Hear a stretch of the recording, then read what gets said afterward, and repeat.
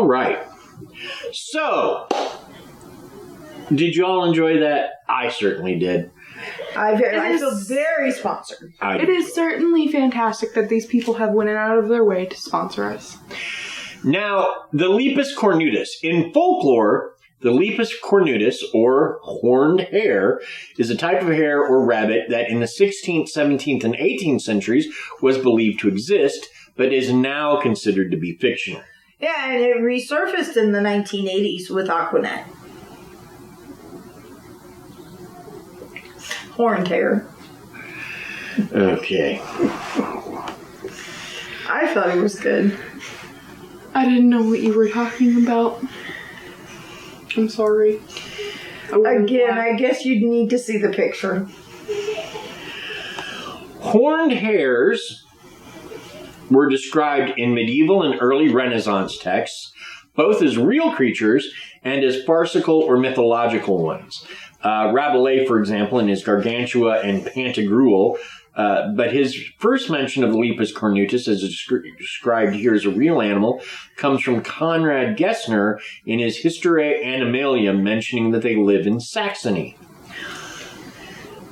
Many other scientific works on animals repeated this or similar claims, often with the same descriptions. These included John Johnston's Historiae Naturalis from 1655, whose illustrations were reused in the 1718 Theatrum Universale Omnium Animalium. Gaspar Schott wrote about the horned hare in his 1662 work. Gabriel Clauder published in 1687 an article on a horned hare that he had cited. In 1743, Jacob Theodor Klein, in his Summa Duborium, produced another illustration of the same thing. Pierre-Joseph Bonneterre's 1789... I'm sorry, hold on. That long name got me to want to say... Are we playing Tongue Twister now? No. Just people's names here. Pierre-Joseph Bonneterre's 1789 work, the Tableau Encyclopédique et Méthodique, was apparently the last major scientific work to include the Lepus cornutus as a real animal. That was French. By the late 18th and early 19th century, the idea of a horned hare as a real species was mostly rejected, although the 1817 Nouveau Dictionnaire de Histoire Naturelle considered it a possibly real but very rare animal. That was again French.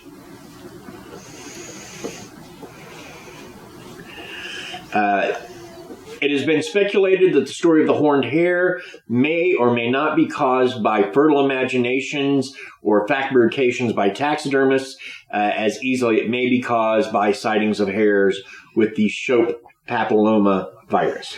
And we'll talk more about that later. Okay, but I just want to stop for a second because there was a lot of French work there. Yeah. And I just feel like I would be remiss if I didn't say, does anyone think maybe it's a little interesting? Don't French eat a lot of rabbits? French do eat a lot of rabbit. I didn't know. And suddenly French are saying, oh, this is a real thing, this is a real thing, this is a real thing. Oh, no. No, it's not a real thing. I feel like the French... Ate all the rabbit? Ate all the rabbits! Ate all the horned hare? Yeah, that could be. Well, Didn't consider that. Possible. They're just like, ooh, this is new. New food does taste better. It did until it was gone. Poor rabbit. Okay, sorry. Just had to throw that out there. Now, the Lepus cornutus has appeared in art. Jan Bruegel, The Elders, Virgin and Child, surrounded by flowers and fruit. Now in the Prado Museum, the horned hare can be seen at the bottom right. Antonio Tempesta made a drawing of two horned hares for the Nuova Raccolta degli Animal Più. Curiosity, it's an Italian thing. I can't. It is so long. But yes, he made a drawing of two horned hares for this Italian museum. Now, reported actual animals... Sword fights with their horns. Emperor Rudolph II of Bohemia was believed to have two horned hares in his collection. Now, do we remember where we heard about Rudolph II before? No. No. You do, obviously. Or We don't remember last week? No. Oh, yeah. It was... I know you mentioned Rudolph. Yes, he was one of the people that they say had the Voynich manuscript. Oh, yeah, he was. I remember you saying that. So, yeah, supposedly in his menagerie, there were horned hares. In the biography of French scientist Nicolas Claude Fabry de Puresque, it's related that in 1606 he visited a widow in Levant who had 2 living horned hares said to be from Norway. British naturalist John Ray, in his 1673 travels through the Low Countries, said that he had seen in Delft in the Museum Apothecary of John Vandermeer the head of a horned hare next to things like the tooth of a hippopotamus. Jeez. Although it's interesting to note, Ray questions the existence of hippopotami in 1673. Oh, well, boy, would he be surprised now. Count Ludwig August Mellin was said to own the antlers of a horned hare, which were reported on and depicted by German naturalist Johann Christian Daniel von Schreiber in 1792. I see. So, this brings us to the Rasselbach.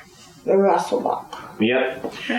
The Rasselbach, or in some cases, Raspelbach, in America is called a jackalope, is a mythological animal, often depicted in such locations as hunting lodges. It has the head and body of a rabbit and the antlers of a roe deer. Roe deer. Yep, roe deer. Female Rasselbachs are actually called Rasselgelfs, and they have smaller antlers. For some reason, some Rasselbachs are pictured with canine teeth.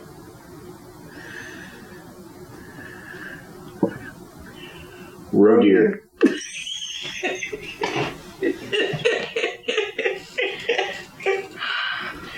Now, Rasselbachs are supposed to live in the Thuringian forest and in the Mark Brandenburg, but also in the Harz Mountains. So that's their range. Again, if you go and you look in that part of Germany, you'll find places that sell these creatures as souvenirs. Okay, so I know I was talking about this earlier. Since we're actually onto it now, so many. Yeah, yeah.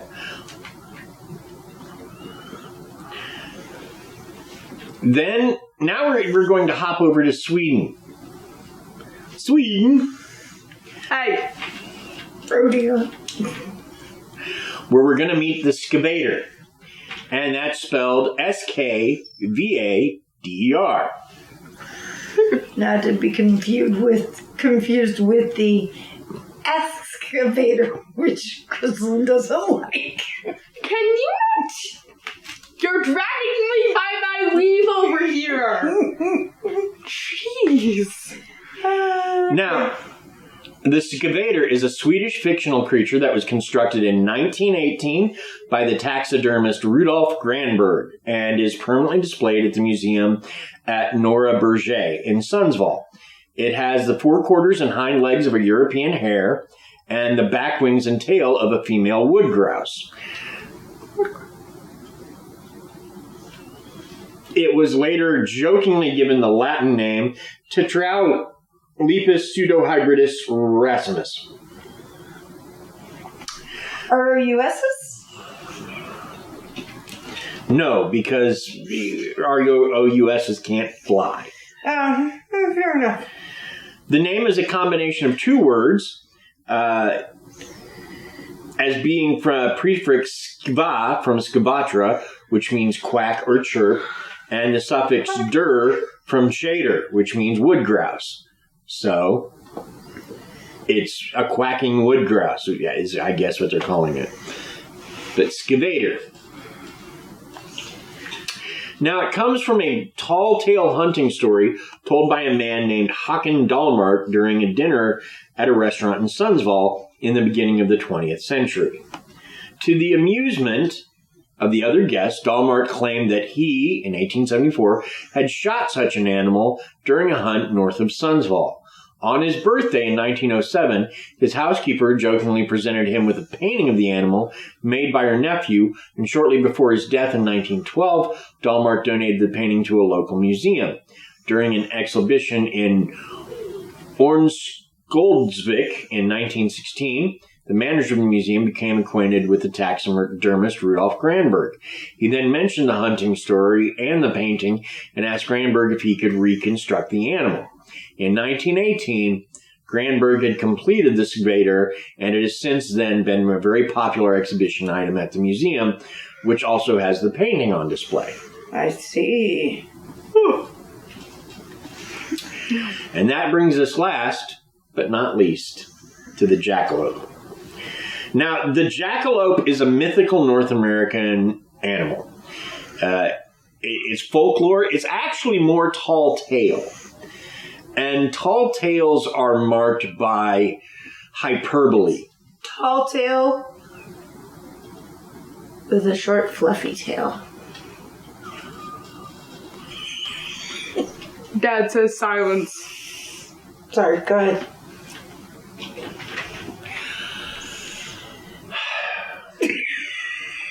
Hey! She's trying.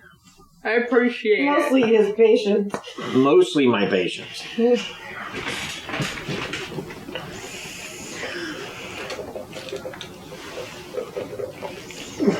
So, the jackalope, as I said, is mostly tall tale.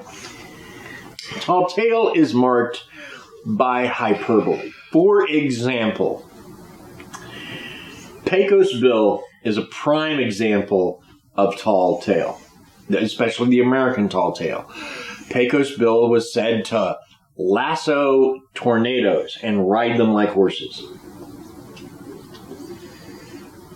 Well, you know. Okay. So,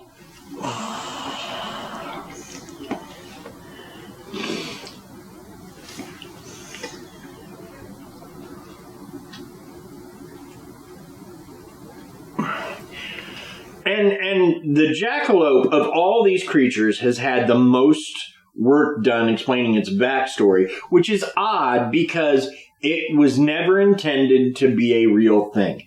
It was just intended to be kind of a joke, but it's sort of taken on a life of its own. In the 1930s, Douglas Herrick and his brother, hunters with taxidermy skills, popularized the American jackalope by grafting deer antlers onto a jackrabbit carcass and selling the combination to a local hotel in Douglas, Wyoming. Interesting. Thereafter, they made and sold many similar jackalopes to retail outlets in South Dakota, and another taxidermist continues to manufacture the horned rabbits in the 21st century. In fact, they're sold at Cabela's. Okay. Cabela's? Cabela's. It's like a outdoor. It's a big outdoorsy store. We actually have a couple of them in Kansas City. I think we were by one when we were in Springfield. Yeah. When we went for that barbecue that was really good. Yes, it was. I want barbecue. In any case. Sorry, barbecue runs through my veins. It kind of does. It kind of does. Stuffed and mounted jackalopes are found in many bars and other places in the United States.